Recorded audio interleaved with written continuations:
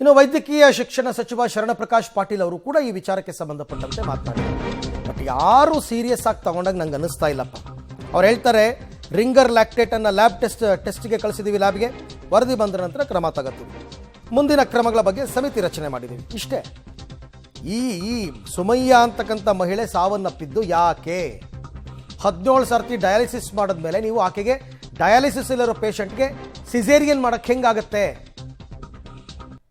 Caesarean ಹೆಂಗೆ ಮಾಡ್ತೀರಾ ನೀವು ಆಕೆಗೆ? ಇದು ಯಾರು ಉತ್ತರ ಕೊಡ್ತಿಲ್ಲಪ್ಪ ಇದಕ್ಕೆ. ಆರೋಗ್ಯ ಸಚಿವರು ಕೂಡ ಇದ್ರ ಬಗ್ಗೆ ಒಂದು ಸ್ಟೇಟ್ಮೆಂಟ್ ಕೊಟ್ಟಿದ್ದಾರೆ. ಆ ರಿಂಗರ್ ಲ್ಯಾಕ್ಟೇಟು ಇಂದ ಆಗಿರ್ಬೋದು ಅಂತಕ್ಕಂಥದ್ದೇನು ಅನುಮಾನ ಇತ್ತಲ್ಲ, ಅದು ಟೆಸ್ಟಿಗೆ ಲ್ಯಾಬಿಗೆ ಕಳಿಸ್ತಾ ಇದ್ದಾರೆ. ಹಾಗಾಗಿ ಅದು ಬಂದ ಮೇಲೆ they will take appropriate action. ಮಗುದು ಅದು ಬೇರೆ, ದಟ್ ಇಸ್ ಎ ಮಗು ತಿಳ್ಕೊಳ್ಳೋ ಪ್ರಶ್ನೆನೇ ಬರೋದಿಲ್ಲ. That's a different isolated case ಇರ್ಬೋದು. ಅಲ್ಲ, ಪದೇ ಪದೇ ಆಗ್ತಾ ಇರುವಂಥದ್ದು. ಈಗ ಅವಾಗಲೇ ಕಳಿಸಿದ್ರಲ್ಲ ರಿಂಗರ್ ಲ್ಯಾಕ್ಟೇಟ್, ಮತ್ತೆ ಕಳಿಸಿದ್ದೀರಾ? ಇಲ್ಲ, ಈಗ ಅದರದ್ದು ಅಂದರೆ ಮುಂಚೆ ಸ್ಪೆಸಿಫಿಕ್ ಟೆಸ್ಟಿಗೆ ಕಳಿಸಿದ್ರು. ಏನಂದರೆ ಎಂಡೋಟಾಕ್ಸಿನ್ಸಿಗೆ whether there is a presence of endotoxin could be the culprit ಅದರಲ್ಲಿ ರಿಂಗರ್ ಲ್ಯಾಕ್ಟೇಟಲ್ಲಿ ಅಂತ ಅನ್ನೋದಕ್ಕೆ ಒಂದು ಸ್ಪೆಸಿಫಿಕ್ ಟೆಸ್ಟ್ ಮಾಡಬೇಕಾದ್ರೆ ಕಳಿಸಿದ್ದಾರೆ.